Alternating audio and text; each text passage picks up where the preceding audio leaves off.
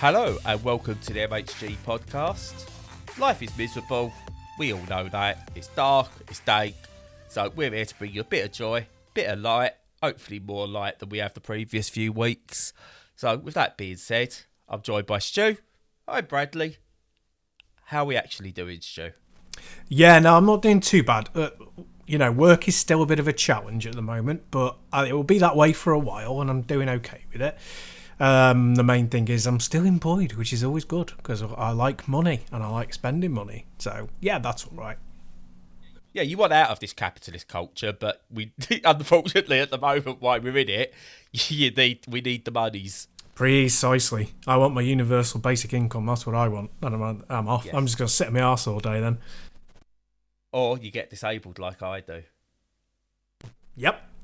That's the dream. Just all you need to do is lose your vision, get really bad diabetes so your foot are screwed as well, find out you've got, a massive amount of neurodivergency going on, and, you're on easy street getting to live in a tiny 2-bedroom flat with 2 kids. Oh, yeah. And your partner, a couple of cats, and no money. Oh, yeah. Sounds like a doddle, yeah.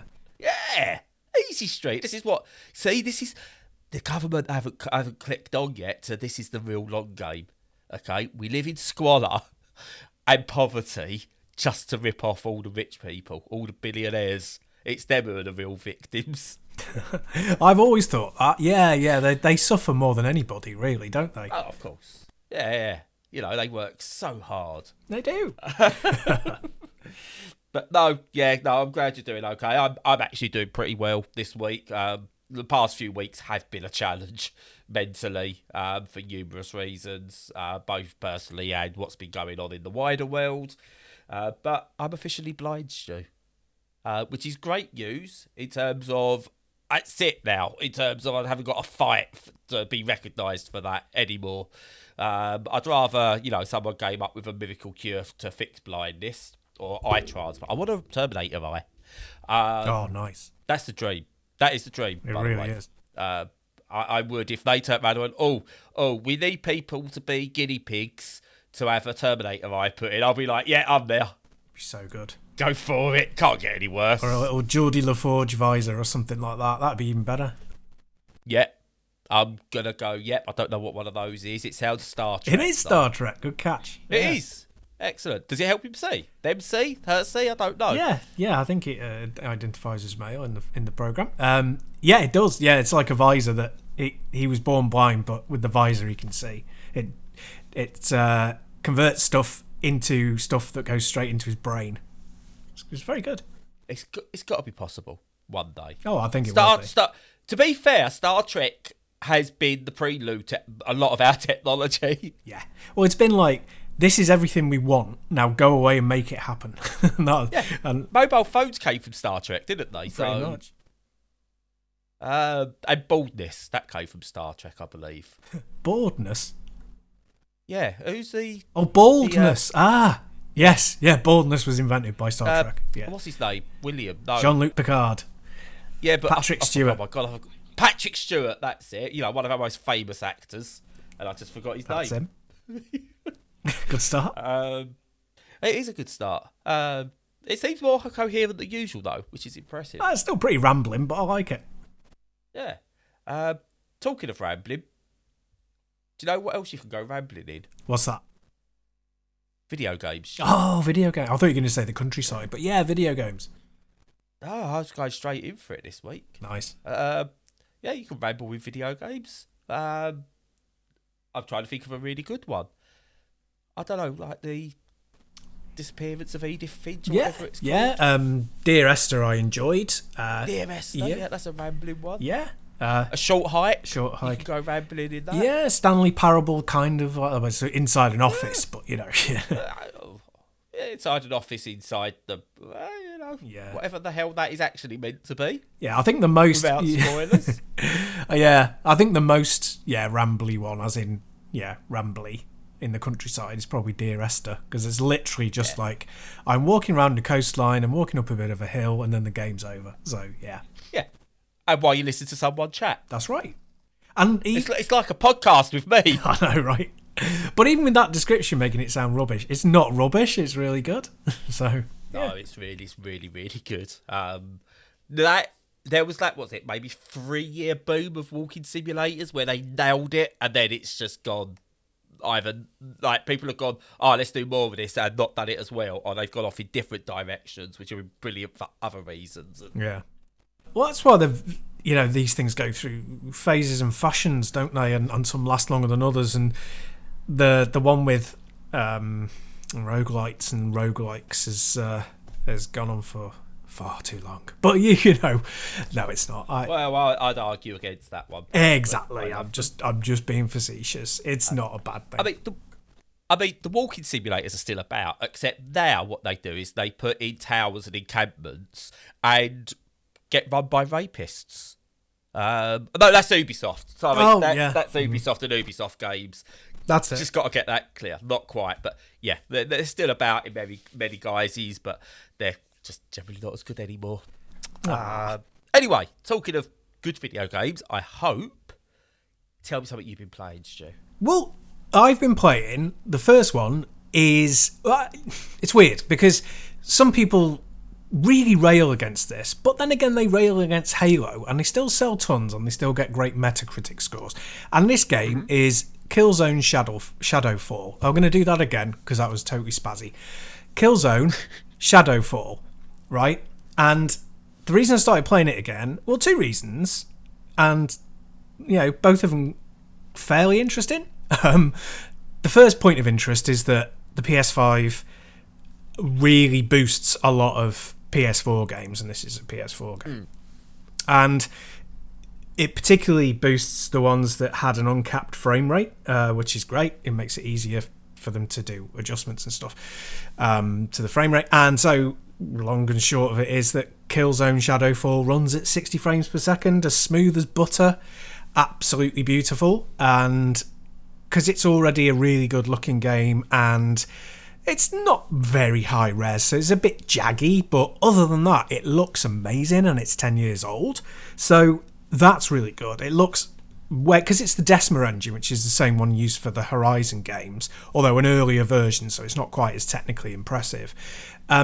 It still looks beautiful, and it's running at 60, and that was one of the things that was kind of, a bit disappointing because Halo always ran at 60. And also the second thing being that I can't remember at all what I was going to say, what the second thing was. So technically it's good. People say they don't like it, but it's sold really well. And there we go. And yeah, I'm not going to talk about it much, but I'm just going to say 2 things quickly. One is, if you've not played this game for a while, play it again. It's got some fairly big flaws. It sits in around 70 on Metacritic, which is about right, I'd say, because that's good, but it's not brilliant. And I think the main problem is it gives you loads of really good tools to use, and when the stars align, they're really exciting to use. I won't go into them because it's an old game. Play it again. You've probably got it. If you haven't, it's £2 on eBay. You don't really, the levels aren't really laid out to make the best use of those tools, I would say, most of the time, and that can make it a bit of a grind at times. When it works, it's brilliant, and it works about 70% of the time. The second thing is that the guns aren't different enough from each other. The guns are really good when you get the variety, but there are like 6 different varieties of assault rifle, which is just boring as all get out. Which is a shame, because there's some really good weapons in there that really mix stuff up, but not enough of them, and they don't come around frequently enough. And again, that's the thing that makes it land around the 70 mark. But it's good. It's absolutely gorgeous. The whole kind of real physicality of the movement and stuff in Killzone is what I really enjoy. Some people don't like, but it's what I really like. And the graphics are incredible, the story's brilliant, the script isn't too bad, the acting's okay, but the gameplay is really good, and when it clicks, it's brilliant. So yeah, not an absolute recommend, but if you've got a PS5 and you've either not played it or only played it a decade ago, which has just reminded me of my second point from before, then pick it up. And yeah, no, the other thing was just that I don't tend to replay games very often, and if I do, it's because I like them, and it's normally very many years in the future. And I was like, oh yeah, I haven't played this for a while. Sat down, stuck it on, I was like, I barely remember this game. It's 10 years since I played it. So that's quite a bit of a shock. Yeah, it's you know, when you say it's a proper 7 out of 10 game. I think the unfortunate thing for Killzone Shadowfall was that it was a launch game. And that basically meant it either had to be perfect or it was going to be crap. Depending on that's what it had to be. That was all launch titles could be. They're either perfect or crap. There's no such thing as it was alright. I'm looking at that here. Perfectly serviceable game. Yeah. I really enjoyed that, but it became a joke. I think that they suffered with that with Fantavision as well earlier on for the PS2. I think it was a really good game, and people were like, "Well, I don't want to be playing this." And therefore it got a bad rep. And it's like, it doesn't deserve a bad rep. Fantavision releases today, it becomes an instant indie darling. Yeah, well, it's being re-released for PSVR 2 for the PS5. Oh. So you can play it in VR. So hopefully... Well, I can't. Well, you can't. And neither can I, because I can't afford the bugger. But, yeah. But people will get the chance to play it again. But no, it just fell. It was like, oh, it doesn't fit into the it's crap or it's brilliant category, so it got ignored quite by a lot of people. Yeah, and also it wasn't loads of fancy 3D graphics, and it didn't show off next gen, which bizarrely the way that Resogun did, that seemed to hit the market at the right time, and all its pretty particles were like people going, wow, this is only like small title, but look at it. Whereas Killzone, everyone kept going. All I meant for Killzone was, yeah, but do you remember when they done that trailer film with Killzone 2? And it's like, well, yeah, but that was 400 years ago, dude. Get over it. Yeah. It's the same as the Killzone that was on Vita. That was really good. Well, I was going to say, yeah, really good. Yeah. I mean, again, get rid of those back touchpad moments and the touchscreen moments and replace those with button prompts. And it was brilliant. It was a really fun game. And the online was really good as well. I loved the online of that. Well, you see, I'm a Killzone fan, as you know, and a kind of apologist. And Killzone Mercenary is the best of all the Killzone games. It really is. Mm-hmm.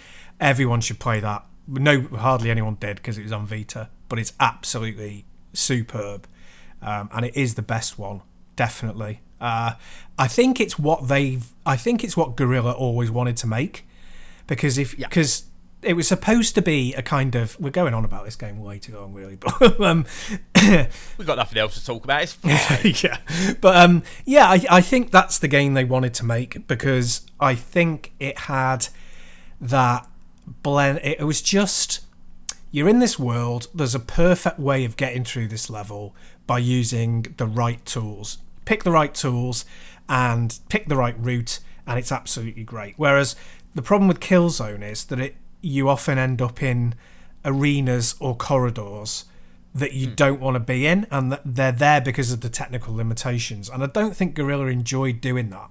And I think that's why they made Horizon. But they didn't have that constraint. They had the constraint of the Vita being weaker, so they made a game that was more focused on the stuff that they really liked. And I think it just paid off beautifully. And I think it's by far their best game, with Killzone 2 second to it. And very much worth picking up. I don't think you can get it anywhere unless you have something that can play Vita games. And I don't think emulation. Such as a modded Vita. Modded Vita. Yeah, indeed. What I'm looking forward to, and because it seems to be picking up steam for the first time, really, Vita emulation's getting better. I'm really hoping that someone can nail how to emulate that back touchpad on a Steam Deck. Yeah. Now I'm thinking mode shift plus touchscreen could work around that. Yeah. Or just, somehow modding some button prompts instead, or just something that allows you to bypass that. Whatever. People are cleverer than me. On the Steam Deck, that'll be perfect. I was just going to say, on the Steam Deck, it's not even a problem, is it? Because you can just use the front touchpads as the back touchpads, and you can use the screen as the touch. So, yeah. And again, mode shift if you need to have multiple things on the same actual input. Yeah. So, yeah. Yep. Indeed. Do it. So there we go. There's reason enough. But yeah, that was Gorilla's Titanfall 2, where I think it's appreciated. It's the best of the lot, but still never got the outpouring of love and the sales that it deserved. Yeah. No, I agree. It's a really good game. It's a really, really good game. One of the things I'm going to shut up about Killzone in a minute, but one of the good things they did with this that they also did with Mercenary is that they used the pad to your advantage. So it was like very much a showcase for this technology. And the one thing I really like is that you've got the D-pad for selecting various things, various tools in your arsenal. And the touchpad does the same thing, but for your little owl device, which is your little kind of robot helper guy. Yeah. And it's just a 4-directional thing like a D-pad that gives it different commands that are then activated with L1. And it's really simple and not like technologically impressive, but really, really good, because it's just like everybody knows the 4 points of the compass, and just having that and having it as touch and very brief. It's simple but really, really effective. It's great, and I like the way they've done that. Yeah. And I swear to Christ, this is the last thing I'm going to say. They've done the thing where they've bothered to put the audio log channel through the speaker in the pad, and that they do that on modern games, like they did it with Callisto Protocol, and it's great. It's really immersive. But they've bothered to go back and retrofit that into Killzone Shadowfall, which I thought was really, really good. Nice. So, yeah, and nice. With that, I'm not going to talk about it anymore. No, that's absolutely brilliant. And I hope everyone enjoyed that clip from our test recording back in 2012. No, it's fine. It's, I think it's great. It's a dead series. I don't think we'll ever see it again. I can't imagine it'll get, it's never. I don't think it's going to get the proper re-release or anything like that. Also, by the way, last thing on Killzone Liberation on PSP was really fun. Yeah. Took it in a different direction, completely different game. I enjoyed it. And you know what? I'm going to download both Liberation and Mercenaries later today and have a play them on my Vita. Lovely. I highly recommended. It's a shame that more companies don't license out their IP if they're not using them. I know that there's the concern that it will damage the brand, but I just think that they should do it. It should just be done more often. So principally Konami, obviously, but mainly Capcom, Sega, the likes of Gorilla. Nintendo did it with Mario in the end, and watched everyone work that I refused to buy the second game to Ubisoft with Mario Sparks of Hope or whatever the new one's called, and the Mario Rabbids XCOM like. It works. Yeah. It can work. Yep. If you've got to be careful about it. But try it. More of that, please. Exactly. Yeah, I agree.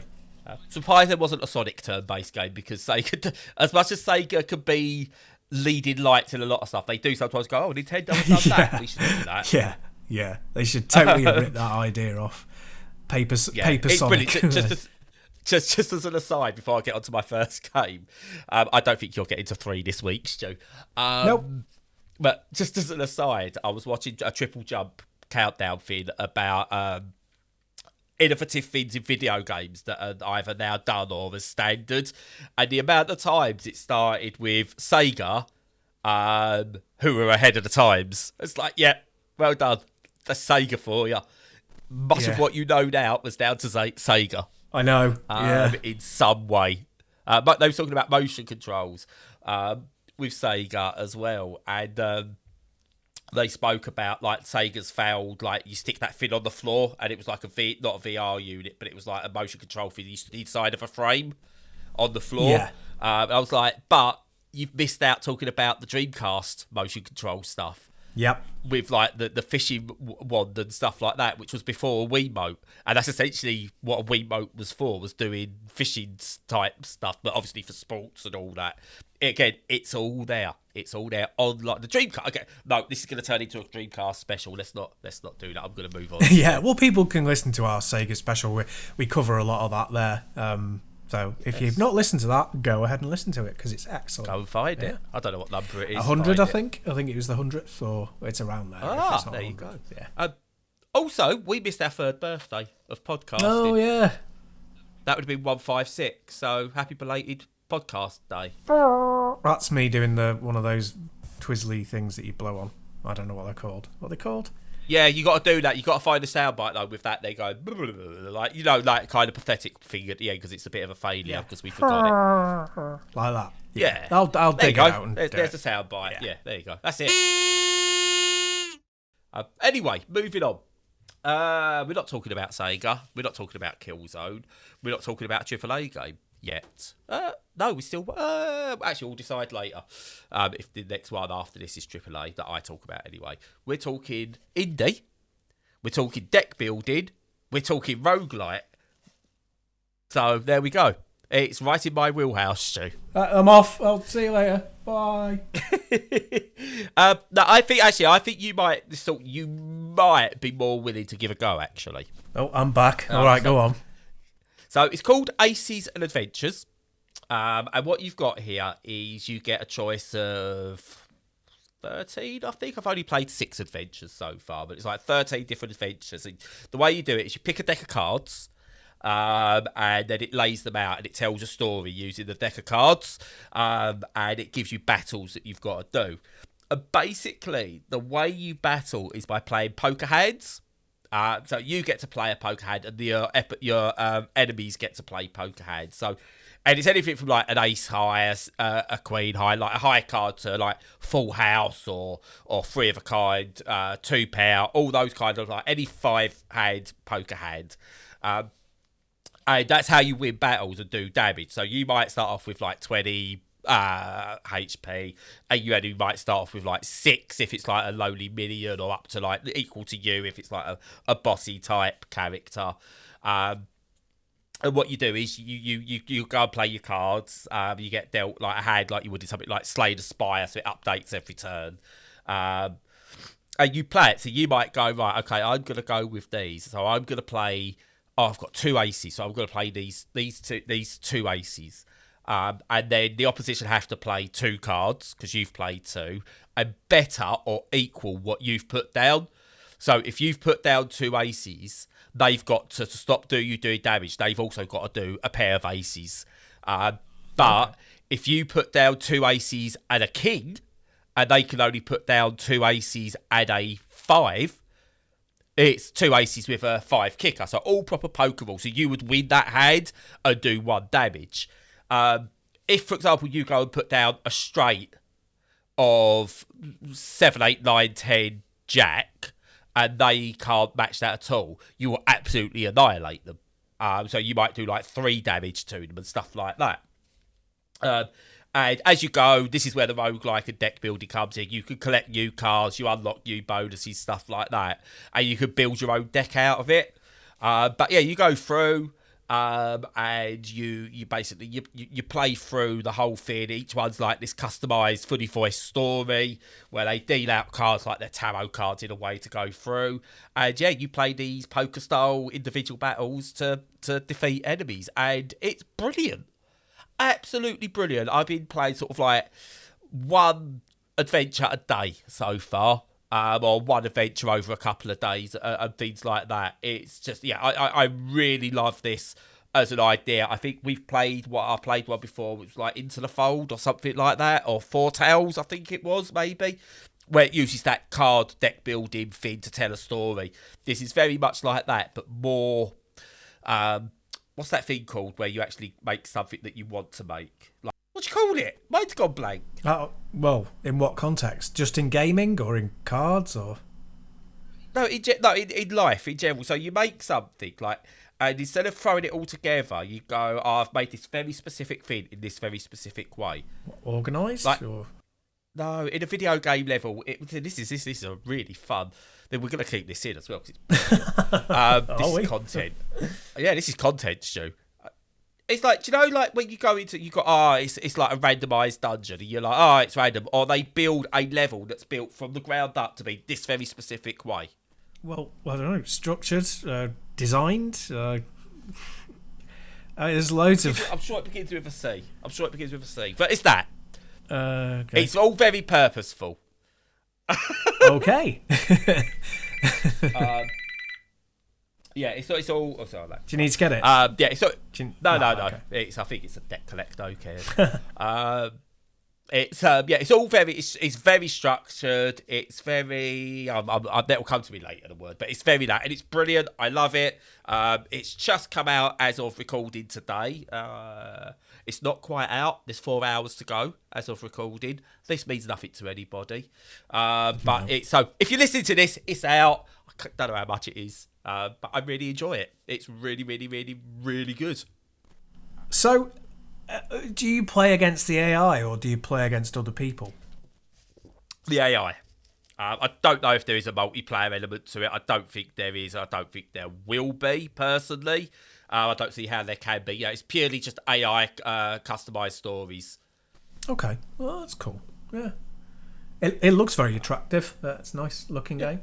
I love the way you pick the levels as well. I've got to just point that out. So you kind of got these decks of cards laid out like they're not on a shelf, but they're on a table. But it's like you're scrolling through your video game collection. So you choose which deck of cards you want to play, and that's that adventure. Oh, very good. It's just, presentation-wide, it's lovely. I don't know whether it's got longevity in terms of once I'm done, there's anything else I want to do or anything like that, or whether we might see additions down the line or DLC or whatever, or whether we're one and done. Whatever they decide with, I'm on board. If they decide it's one and done, they've done it spot on. If they decide they want to do more down the line, I'm all for it. It'd be interesting to see how much it costs, because that might give an indicator of where they think it is in the market. I think anywhere up to 20 quid.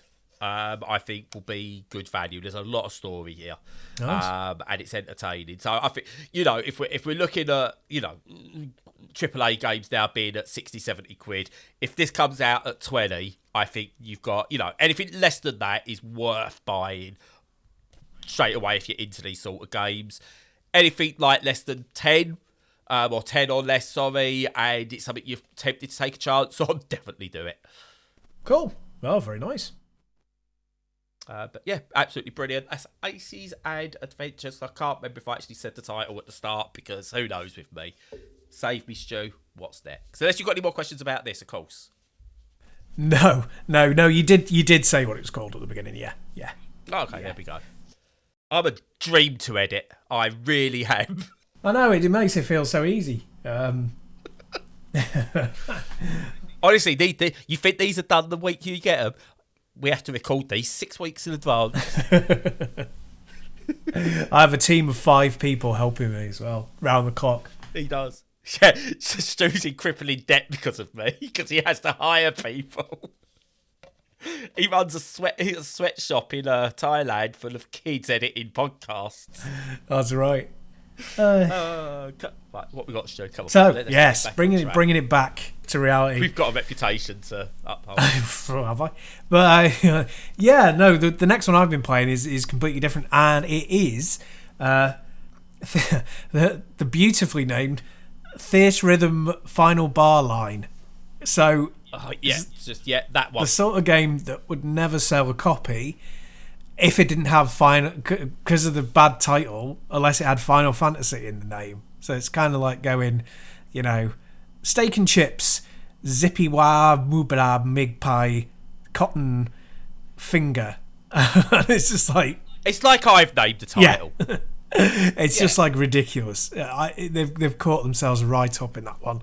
But anyone who's had a Nintendo machine over the last sort of 15 years or whatever has probably dipped into this, especially if they, pirated their games. But it's a rhythm game. It's a rhythm action game that on the DS, the 3DS, it used stylus. It doesn't obviously use this on the Switch, and it's all the Final Fantasy, practically all of it now, all the Final Fantasy music that you play rhythm games to, and it's just like, it's an absolute no-brainer that it's going to be really excellent, because all of the music, even if the tunes are like small little interstitial numbers rather than big themes or, you know, battle music or whatever, they're all so well composed. They're all really, you know, the amount of effort that went into creating them, even the chiptune ones back in the day, and you know, playing a game with those as the thing to match to is just a winner, you know. Obviously it means there's not a massive amount of variety because they're obviously in a style, so it's not quite the same as playing, you know, Rock Band or something, but apart from that, yeah, really excellent. And what seems a bit different to me, so I played Curtain Call, and I think it's in a much more fleshed out than it was then. What you've got is like you play it, and if you do really, really well, you get like a triple S rank or whatever. It goes from, you know, C all the way through to triple S. But there's another layer where you level up your characters, you give your characters different powers and abilities, and it has things tied like unlocks and upgrades linked to that. So if you beat the level by getting a perfect score, that's one thing, but if you also, your character defeats the enemy or meets all the criteria, you get unlocks for it. So there's two levels, so you can still do the RPG thing of building up your characters and swapping them out, and you can choose, you know, tank characters or mages or, you know, physical attack characters or whatever. Or you can and you know, you can pick and choose them. You can pick and choose the material you use, and whether you pick summon characters, and yeah, basically you can get that RPG element in, or you can just completely ignore it if you want and just play the rhythm part of it. So it's really, and it's gigantic. It's like, it has about I think I heard 360 tunes in it. Which is just unbelievable. Yeah, just an unbelievable amount. So yeah, it's massive. It's really good. The way that they've tweaked the system for it is really good. I've got a couple of things that aren't very well explained in the tutorial about how to switch buttons on certain things, but in a Final Fantasy game, I know, crazy, isn't it? Madness. But yeah, other than that, it's a really cracking game. It's the best new game I've played this year, I think, probably. So, like, there's one game I've played that I liked. Obviously, there's more games that I've played that I've liked, but in this context, where I get a bit, actually, it should be called this on. So, it reminds me a little bit from screenshots and stuff of Usu Tatake Wanden.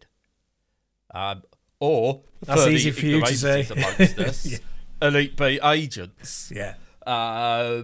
So, is it like Elite Beat Agents? No, it's not really. I mean, they're all not much of a muchness, but there's always sort of things that are common to each other. But it's got enough nuance so that it's different. But it's more like Guitar Man, but not as fundamentally.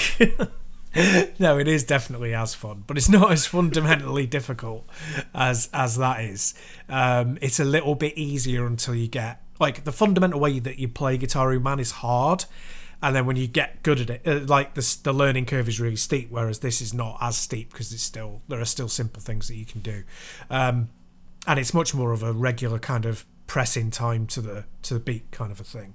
But yeah, no, it's its own thing, and it has new stuff in it, like pushing the direction pads in one direction or in opposing directions for some of the beats and things like that. So yeah, and one thing I really want to say as well is that it's got a mass of accessibility options where you can change colours, size of objects, speed, background, colour, detail, opacity. It's got a huge amount of accessibility options, which is really, really good.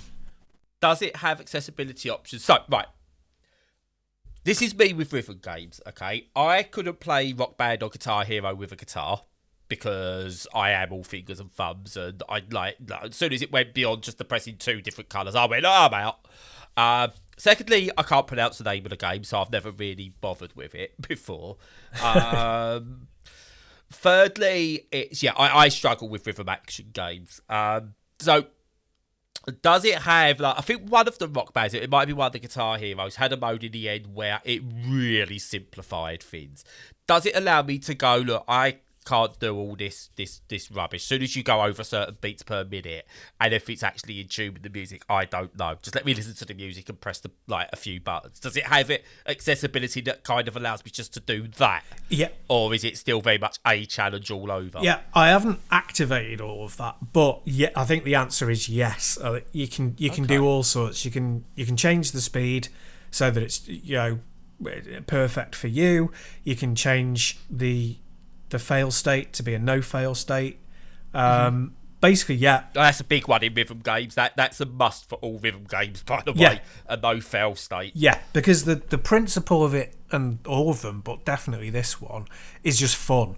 Like, you can make it a competition if you want it to be a competition, but it doesn't have to be a competition. You can just have it as hit that note. Oh, I didn't hit that note. You know what I mean? It's not going to lock you out of that experience, which is really good. So, yeah, but I'd say have a go of one that you can emulate on the deck before you lay down any cash. And the accessibility won't be there for the older games as much, but it'll give you a feel for how it plays. And that might be a good way of working out if this new one's any good for you. Well, I think what I might do is acquire this one, see if I like it, and if I do, then I'll stick some cash down on this particular one, because if I have everything I want, essentially I'll demo it for myself. Yeah. And then if I like it, I'll buy it. Sounds good. Yep. Yeah. So fair enough. Yeah, I love the idea of these games, but I am so rubbish at them, and most of them go, you're rubbish. You can't enjoy this game. So I never do. Fair play. Yeah, I feel like that with a lot of games. Yeah. Yeah. And it's right. So but also before we move on, tutorialise me. Theatrhythm or Theatrhythm or Theatrhythm? Which is it? I think they want you to say Theatrhythm. Right. Okay, so Theatrhythm. We'll go with that. You can't lose then. Yeah. That Final Fantasy spin-off rhythm game. That's the one. Fair enough. So does it cover all the Final Fantasies, or is it just like 7? No, it covers all the mainline games. I've also seen Dissidia, Crystal Chronicles, Chocobo Racing, I think. So it's got like just about everything in it. So everything from 1 to 14 plus, all the other like guiding all games. The niche. Basically everything. Fair enough. Fair enough. I'll give that a go, and I might also charge up the 3DS and play a bit of Usu Tatake Honden. Great game. Yes, it really, really is.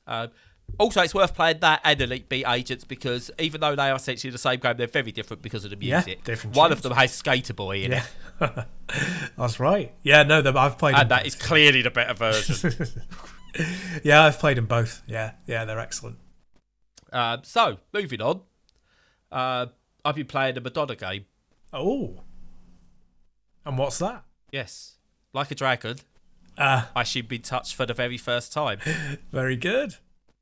Oh, dear. Yeah, I've been storing that one since we started. Nice. So I was going to sing it, but you don't want that. Nobody wants that. But that will be bleeped out, I tell you. Yeah. So, Like a Dragon, for anyone who doesn't know, because there's been a lot of confusion over this from people who know video games as well, which is shocked me a bit. So, a lot of people assumed Like a Dragon was going to be the turn-based version of Yakuza as a series, because it's generally been action, blah, blah, blah. The turn-based one was the last one, which was called Yakuza Like a Dragon. But now, in the West, all the games are being called Like a Dragon, because that's what they've been called in Japan since day one. Oh, because so Yakuza is not a term people really want to use too much, apparently, in Japan. So what we've essentially done is, I think it's happened with other games in the past where, like sort of like Super Mario Brothers 2 wasn't actually Super Mario Brothers 2, or Soul Calibur wasn't actually the right Soul Calibur, Yeah. but it's basically it's brought parity to the series. So everywhere is now known as Like a Dragon. So, on that note, then, which one is this? Is this like Yakuza 7, basically, or 8 or something? No, this is none of those. Oh. This is a remake, I think. This is where it gets confusing. I believe this is a remake of a spin-off called Ishin, because this is Like a Dragon Ishin. But I think this was released in Japan only a good number of years ago. I am not an official Yakuza stroke Like a Dragon historian, so take all that with a pinch of salt. But I believe that's what it was. But essentially, it's a Yakuza. I will jump between these. Obviously, we've got to get used to saying Like a Dragon because that's what it'll be called. So Ishin, Like a Dragon Ishin, is a typical Yakuza stroke Like a Dragon game. It's got a bonkers story of revenge and redemption and double crossing and so on. But it's set in, I want to say, feudal Japan. Okay.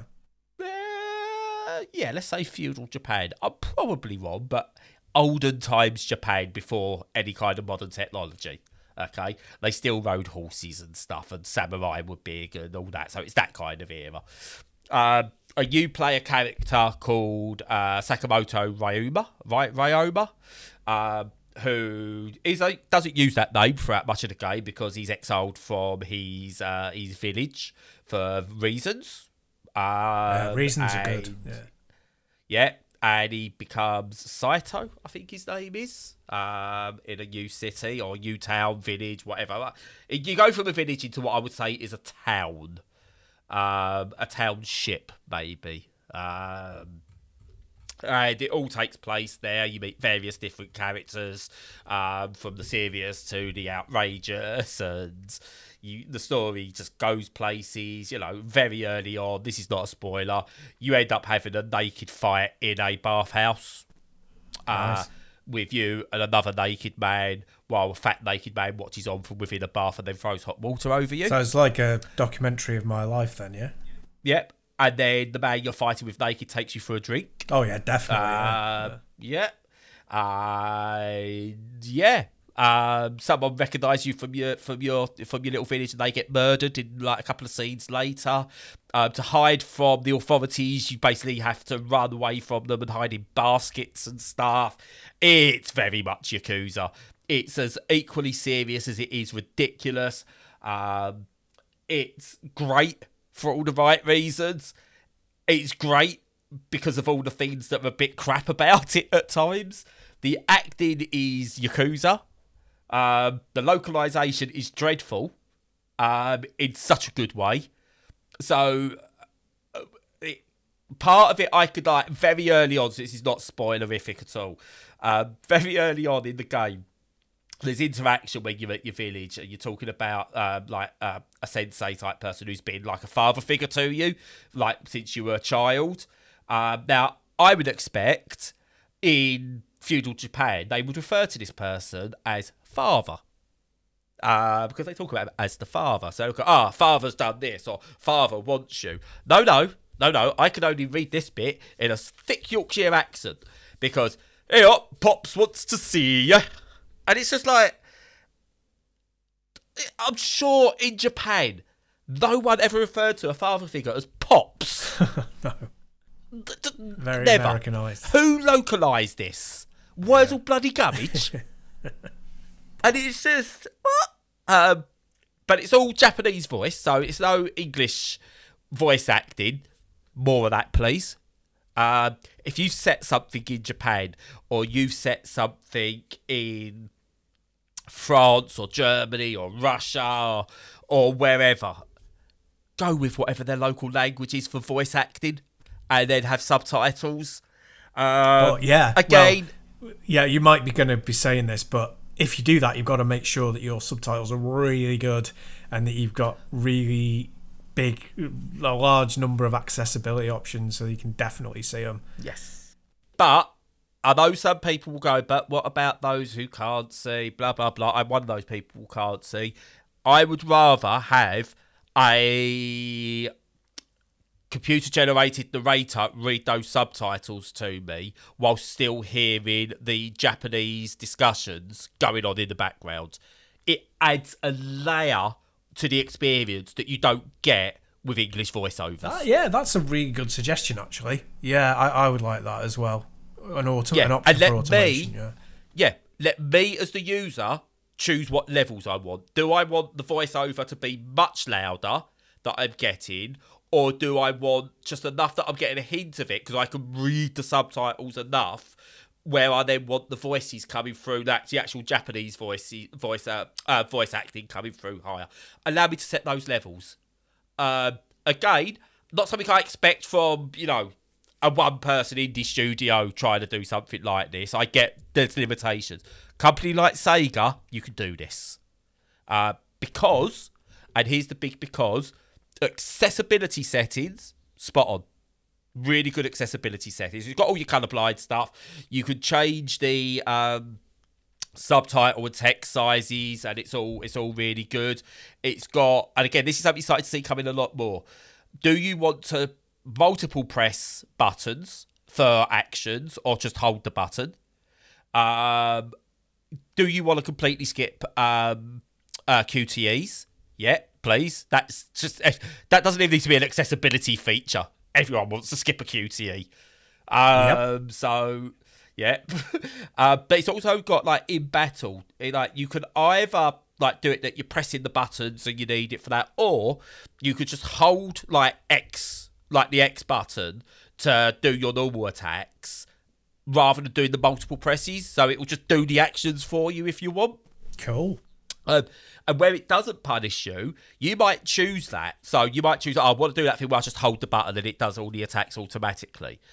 But if you then decide, right, actually, I'm feeling okay now, for whatever reason I want to change it, I just now want to do tappy, you can just do that without having to change the settings. So you could set it to press to hold, hold to do the actions. But you could just, on the fly, start tapping and doing, the actual input combos if you want. Nice. Which I think is brilliant. Yeah, that's great. Brilliant. That's brilliant implementation. So, yeah, everything about this is spot on. I don't blame them for not having automatic voiceovers, because I think that should be a system level thing. Because I think that's a lot of work to actually put on the developers to put into each individual game. So I think that should be system level. And whatever we get, I would say whatever the next consoles are, but we know we can patch a console now, so there's no reason why we can't add this crap in now, or in a year's time after developing it. But yeah, it's a batshit mental game. Good accessibility settings. I'm 3 hours in, not 3 hours in. I was 3 hours in when I first started thinking about the game. I'm about 13 hours in now. I feel like I've barely got anywhere because it's a Yakuza stroke like a dragon game. I don't know when the game actually picks up to be, you're actually getting near the end, because it's one of those. It's just, there's things to do. So you can go drinking, you could do karaoke, loads of different activities. The karaoke side of it is really well implemented, considering this is feudal Japan. You don't actually have a karaoke machine, obviously. You have a fight with a tiger at some point. Nice. Because why not? Right. And yeah, it's brilliant. It's just brilliant. And I won't complete this anytime soon. It's like other Yakuza games, like a Dragon games. I'll play this piecemeal across the next few years, and pick it up and put it down. Switch, probably go back to Kiwami at some point, because I'm only a couple of hours into that on the Steam Deck. So I'll probably go back through that for a little bit, and then jump back to, because again, they're batshit mental. I don't think the stories matter all that much, and they're just great fun. Excellent. Shenmue with fun. Yeah, that's what they have always been. I'm really pleased that it's like the spiritual successor to Shenmue, and then it's still in the Sega wheelhouse. Because I mean, they're not for me. They're not my kind of games. I've never enjoyed those sorts of things, but I'm always impressed by them, and I like the fact they exist. You know, I want people to play them, so I'm really pleased that it's so big now. It's great. Yeah, it's kind of like like classier, more sophisticated, released more frequently GTA, really, kind of thing. It's much better than GTA. Yeah. No, I know. Because GTA. So this is where there's a fundamental difference. Shenmue is an important game. It's not a good game, but it's a very, very important game in the history of video games. It brought so much to the table that we use today, but has been bettered in every single way. You know, the idea of these day-night cycles are brilliant, but Shenmue decided that if you turn up to a shop 2 minutes late, then you had to wait until the next actual in-game day before you could go back there again. And yes, I get why that's brilliant at the time, and the idea of that is outstanding, but boy, that was not a good thing to have. Yeah. So, and then what Yakuza's done is take all those elements and improve on it, which is really, really good. You know, the idea of being able to go and do all these things in Shenmue was really good. You know, you got to go and play in the arcades. That's all everyone really wanted to do, was play in the arcades. The rest of it was a bit apart from the forklift driving, that became iconic. But you had to do that. It wasn't optional. So all everyone wanted to do was I'm going to go play Hang On or whatever in Shenmue. That's about it, as the extras. But Yakuza took it and built on it and made loads of fun things to do. You know, I like going and playing shogi or playing in the arcades or going and doing a drinking game or a singing, like a karaoke mini game and all different kinds of stuff. And it improved on it. GTA then brought that in. But GTA's version of fun, he still feels a bit mean-spirited and business decision fun, whereas like a Dragon Stroke Yakuza fun is, what shit can we throw at the game and make it fun? And did the developers actually genuinely have a fun time making it? And that's the difference between, I think, Yakuza and GTA. GTA is, for a game that likes to, let's say, critique on modern life, it's very po-faced, I think.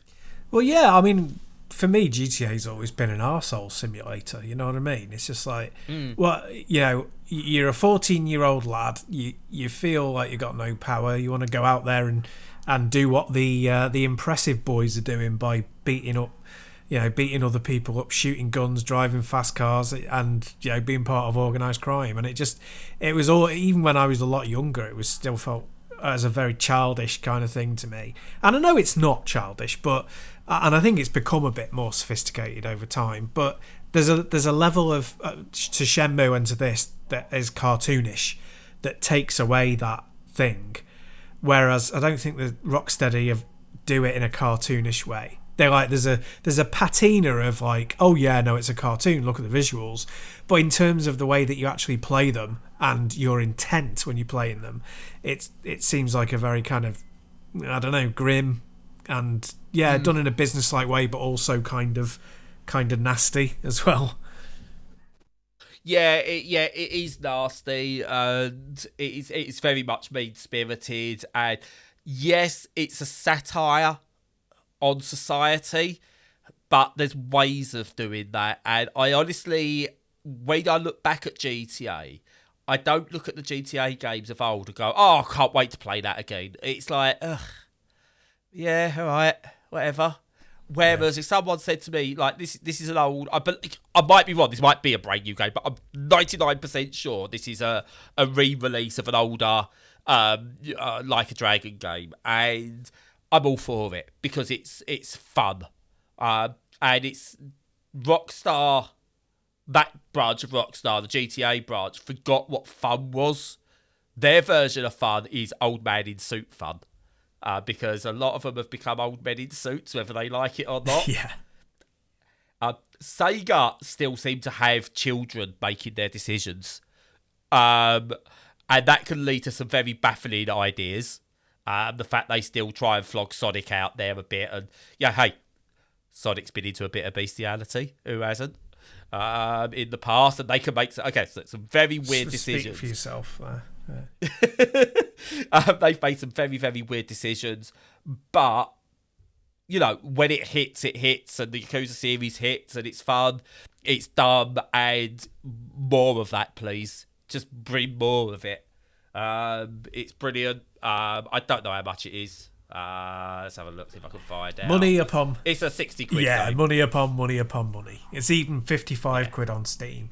But if you're into it, that'll totally be worth it, I reckon. Oh, you'll get value from it. Regardless. This is what I'll say. It is AAA, but without the AAA trappings. Yeah.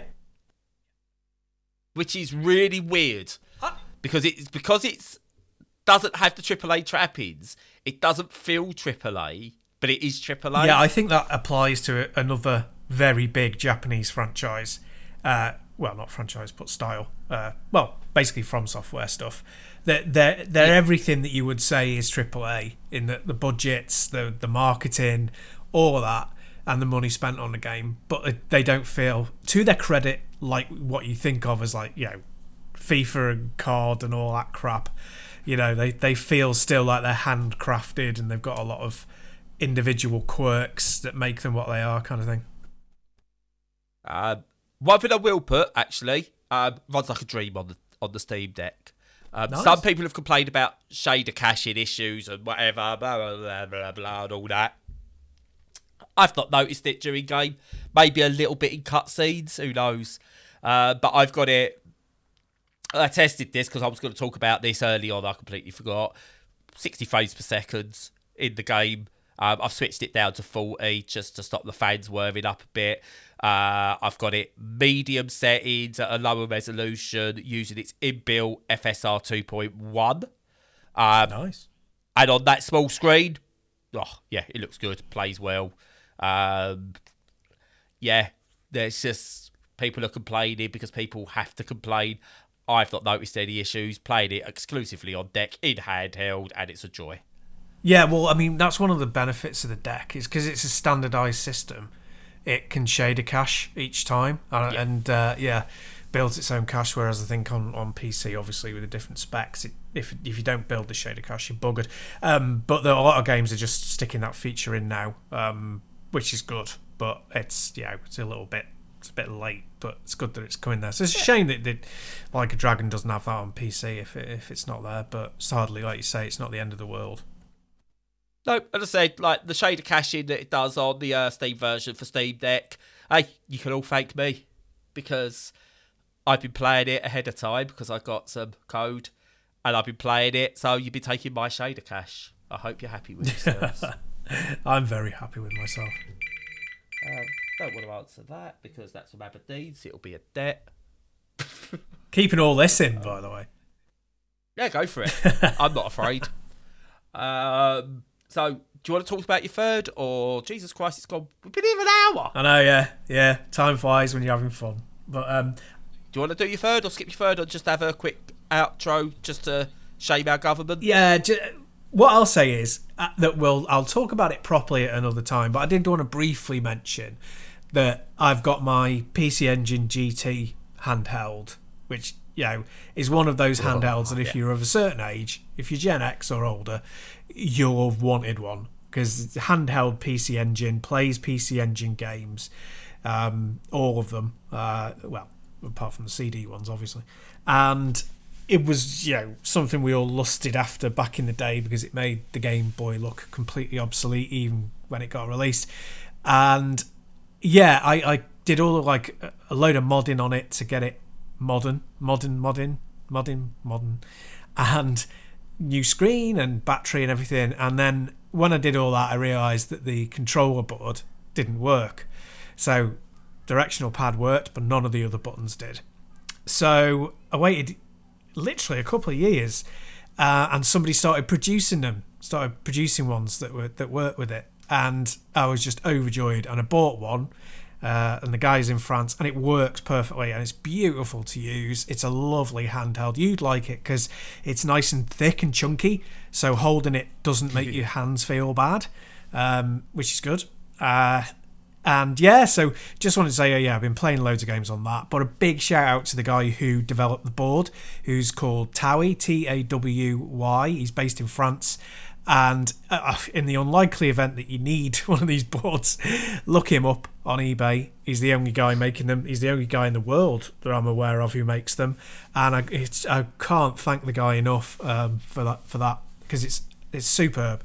So huge props to that fella. Excellent. Pictures, please. Yeah, I will do pictures, I promise. Excellent. And we'll talk about that more next week. Can do. So, just to close out, bit of government shaming. We love a bit of government shaming here. Shamima Begum. Right, that should get rid of the right-wing gammons that might listen. Jesus Christ, our government is pathetic. Our government is pathetic. Right, she's done wrong. No one is denying that girl done wrong, okay? And she should be tried and punished for what she did. In her own country, which is Britain. She is British. She was born here, okay? I've seen so many arguments about it's all about where you're born, it's all about where you're born. Well, she's British, we deal with her, okay?